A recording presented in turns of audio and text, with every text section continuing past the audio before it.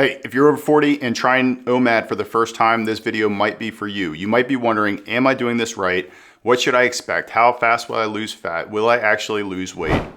I'm Ryan. I help people over 40 get lean, fix their gut, and get their energy back through diet and detox. And today I'm breaking down exactly what to expect when you first start doing OMAD so you can power through the hard parts and get results fast. When I first started OMAD, I thought it would be easy, and I was already eating healthy. I was doing a carnivore or paleo style diet, training pretty hard, and I didn't think I would have that much difficulty with it. But there were some times that I struggled a little bit, especially with hunger. And those first few days were still a little rough. I was hungry, distracted, even a little irritable with my kids. But then around week 2 or week 3, something shifted. My hunger went away, my energy shot up, and even around week 1, the fat around my waist started to melt off and disappear, which can be incredibly motivating when you're starting a new diet. That's why I call OMAD the ultimate reset, especially if you tried everything else and nothing seems to be working. OMAD stands for 1 meal a day. Most people eat in a 23-1 window, so fasting 23 hours, eating within 1 hour. It sounds extreme, but here's why it works. You're giving your body time to get into a true fat burning mode and giving yourself some metabolic clarity. Your insulin levels drop, your energy stabilizes, and your body starts using stored fat for fuel. What to expect in week 1? You're going to be hungry. That's just part of any diet, really, as you're first making the transition and making these healthy changes.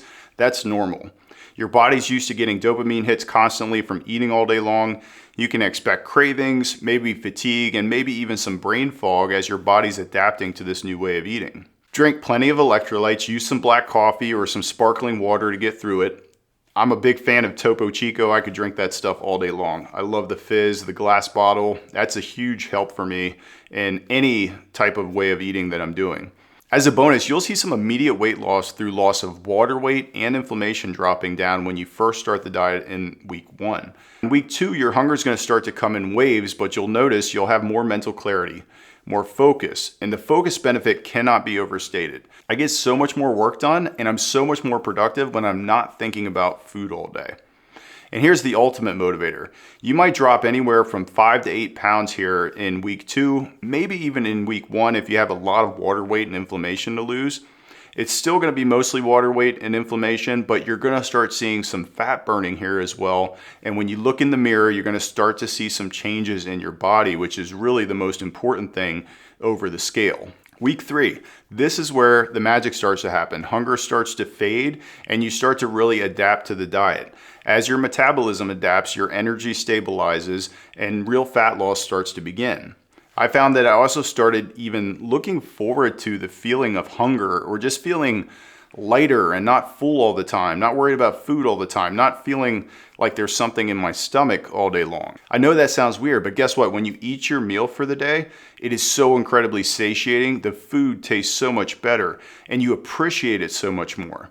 Now, most people I've coached on this lose 10 to 15 pounds in the first 3 to 4 weeks. And it's important to remember you'll be tempted to quit right before your breakthrough. It's going to be a little hard at times.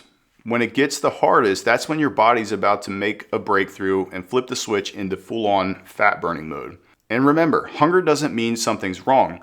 We live in a society where we're always bombarded with food and snacks and everything else, and we think we can't be hungry. It's okay to be hungry. It means your body's learning to use stored fat for fuel. Remember to stay hydrated, add sea salt, and avoid artificial sweeteners when you're going through this process as well, because they can spike insulin and can crank hunger way up, making you think about food all day long. Here's some more practical tips that helped me and will help you get through the first 3 weeks. 1, get your electrolytes in. Use a half teaspoon, maybe to a teaspoon of high quality salt first thing in the morning. This does wonders.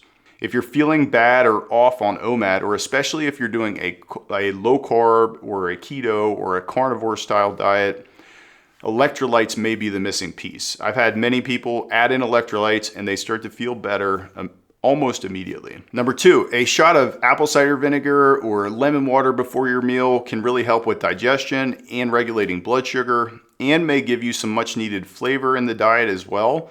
I've just come to really love a little bit of lemon and water. I think it's incredibly nourishing, and I know it's not strict carnivore, but it's a nice little treat to have with your meal.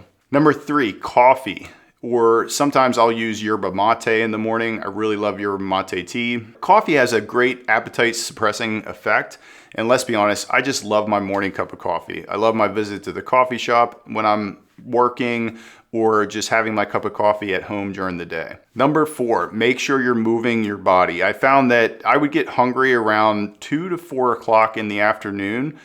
And the most hunger signals would be right before my eating window, which was usually from 4 to 5 o'clock. If you keep yourself busy or active during this time, doing some light sauna, cardio, a walk, you'll find that that'll take your mind off the hunger signals and flatten those hunger waves. And you won't be thinking about, I've got to get this meal. As a matter of fact, sometimes I'll even forget after I go for a walk or a run, and I'm like, oh yeah, I have to eat. I don't want to eat too late into the evening. Number 5, combine OMAD with a carnivore or a keto-ish type of diet. High protein, high fat.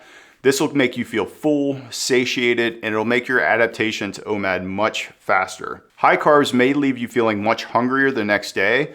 And if you eat a lot of carbohydrates, I've found that then those hunger signals become much stronger. And again, you're constantly thinking about food all day long the next day. If you're over 40, I promise OMAD works. It's worth a try. What do you have to lose? But you got to get through the first few weeks and you got to give your body time to adapt. When it gets hardest, that's usually when your breakthrough is right around the corner. If you found this video helpful, check out my next video where I show you exactly how to combine OMAD with carnivore for extreme fat loss over 40. And if you like this video, please give it a like or a subscribe. It really helps a small channel like mine grow. And please share it with somebody that you think could use this video as well. I'll see you in the next one.